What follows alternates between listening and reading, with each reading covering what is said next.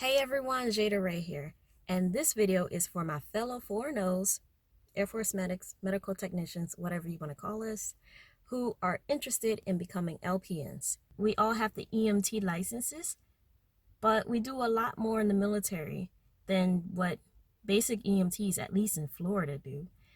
So why not get that LPN? Why not be able to do more on the civilian side? So that's what this video is all about, and good luck out there. All right, so this is the LPN process for 41051s and 41071s. The benefits of becoming an LPN. As a 410, we already have EMT basic licenses. However, in the civilian world, that means in some states we're not even allowed to put on EKGs.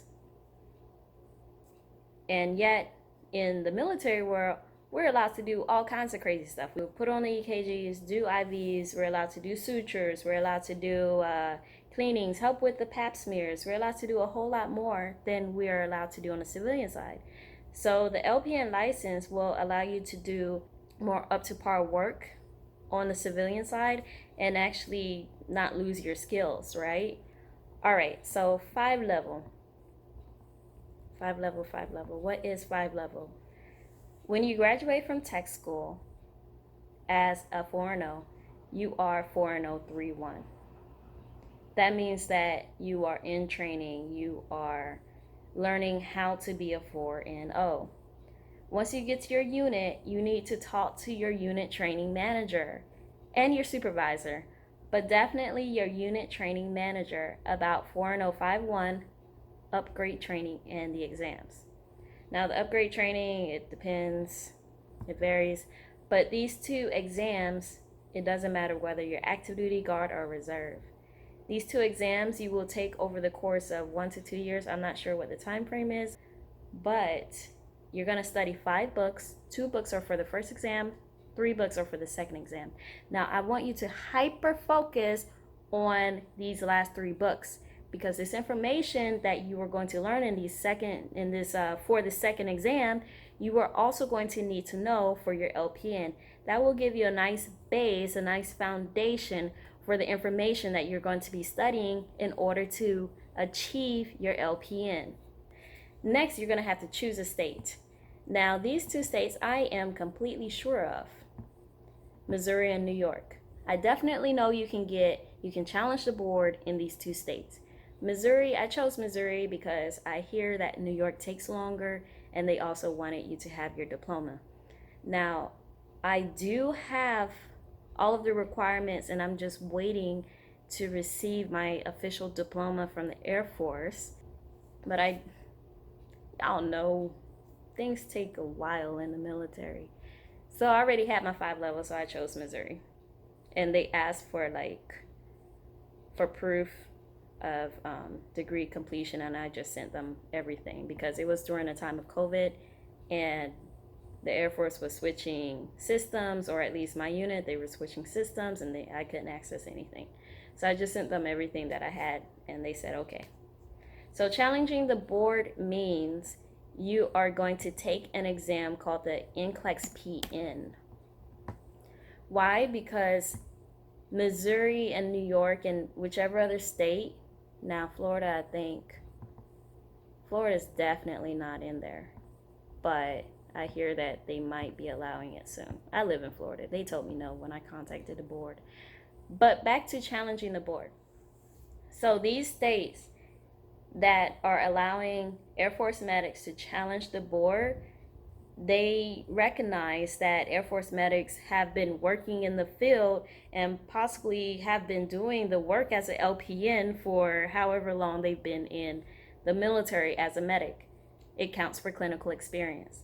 So just take the exam and pass it, and you are a licensed practicing or vocational nurse, depending on which state you're in. All right, so the process, the meat and potatoes. The process. I emailed the Board of Nursing in Missouri and asked them for more information. I sent them everything that I had. They sent me back some information. I needed to complete an application, get it notarized. I got mine notarized at UPS, and I shipped it up to them. So of course you have to pay for that good stuff. Then I had to complete my information on a website and then go find a place where they actually still do ink fingerprints. It's not as common anymore, but you needed to get those ink fingerprints done and ship that up to them as well. And then I needed to mail or email. I needed to email the Board of Nursing proof of 5-level or degree completion, which I did in the beginning, and they said it was okay. And then I registered with Pearson VUE, Portal NC, I don't know if I got that right, but that website, and I had to pay $200 to register. Now, that came out of my pocket, but I am getting reimbursed. So talk to your UTM, or if you're in the Florida National Guard, talk to EDD to get reimbursed, right? And then I had to wait for ATT, authorization to test. Once you get that, I had to go ahead and email the Board of Nursing because it had been a couple weeks, and I was like, hey, what's going on? I know I sent up all of the information, but I was just wondering when I'll be able to get this ATT. And shout out to Missouri. You guys were super helpful. I really appreciate every little thing that you did because, woo, I even told my mom, I was like, I have no idea who these people are. I wish I could get them flowers or get them like an apple or something. But you guys are the real MVPs. So once you get your ETT, you are allowed to choose whichever date you would like at whichever test center is offering it. And then you can reschedule anytime up to 24 hours before the exam. It's completely free. Just don't cancel. All right, for study material, the books. I have this one big book, Saunders. It's backwards, but whatever. The Saunders NCLEX. This was amazing. I got it from the library. I'll be returning it and allowing somebody else to get it and complete their dreams. All right, so this book is really, really nice. It breaks down the labs, it breaks down the different sections, maternity sections, peds, adult, everything. This mess was good. And then all of my notes. It was a hot mess. I studied way too much. I even studied 10 hours a day sometimes. Anyway, okay, so next, then I also practice my EKGs, ECGs, whatever you want to call them, on this website right here. That was really good. So I studied them and then I practiced them. It's a little game on that website. And then UWorld, I don't remember what the exact cost was, and I honestly don't feel like looking it up, but it was around $150 for 2 months. I only used 6 weeks. But UWorld, it was about $150 maybe, but after you purchase, email them proof of active duty service that you are on active orders, and you can get that through Circa.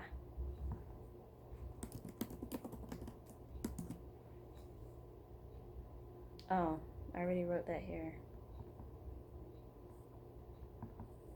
There. And then they will reimburse you a couple bucks, like 10%.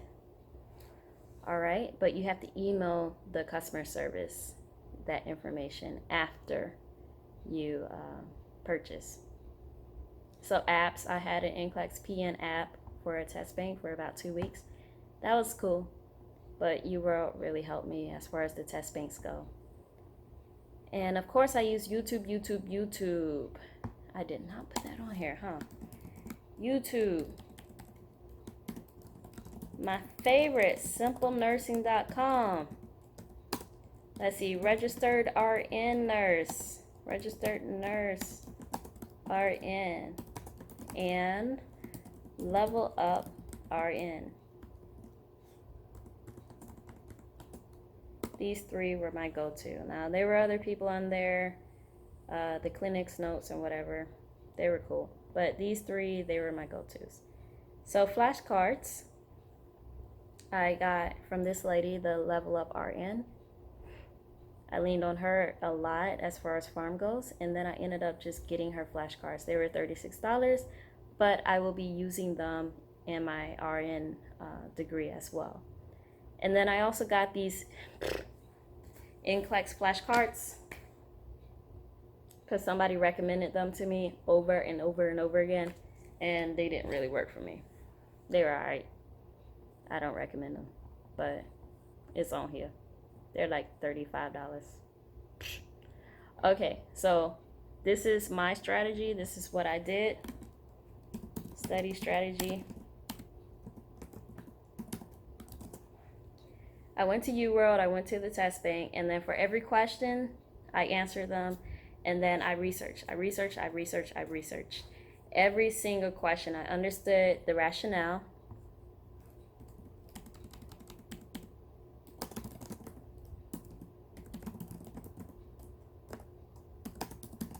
By YouTubing the pathophysiology, the farm, the interventions. I read Saunders' book for more information on that subject. And then I just connected all of the dots. And that's what I did. So my personal experience, so next you have to wait for the results. My personal experience is there if you're interested. I might post it somewhere around here. And then after you're done with everything, you get your unofficial results by going on the BON. Yes, I'm exposing it. But go on the Board of Nursing website in whichever state you chose to challenge the board and see if your name is up there. Hopefully your state did the same. Missouri did it. And see if your name is up there, and if it is, then you pass. And you just have to wait about 6 weeks for your official results to come in the mail. After you are officially licensed in whichever state you decided, then you can contact another state and learn more information about getting licensed in that state. So after the initial license, it's easier to just transfer or get a license in another state. So Missouri, for me, Missouri will tell Florida, hey, yeah, she's already certified, she's good to go in our state. And then Florida will be like, okay, well, let's check her fingerprints and other legal stuff.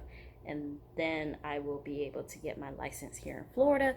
And I'm looking at California, and we'll just see. We'll just see what happens. I have big dreams. All right, guys, so that's it. Let me know if you have any questions. And feel free to pass this on to other 4-0s. I'm just doing this for us because I researched online. I kept trying to find out more information. So I went through the process, and I wanted to go ahead and share everything with you guys. So have a good day. Be safe. Be well. Eat your veggies. And be great out there. Be great nurses. Bye.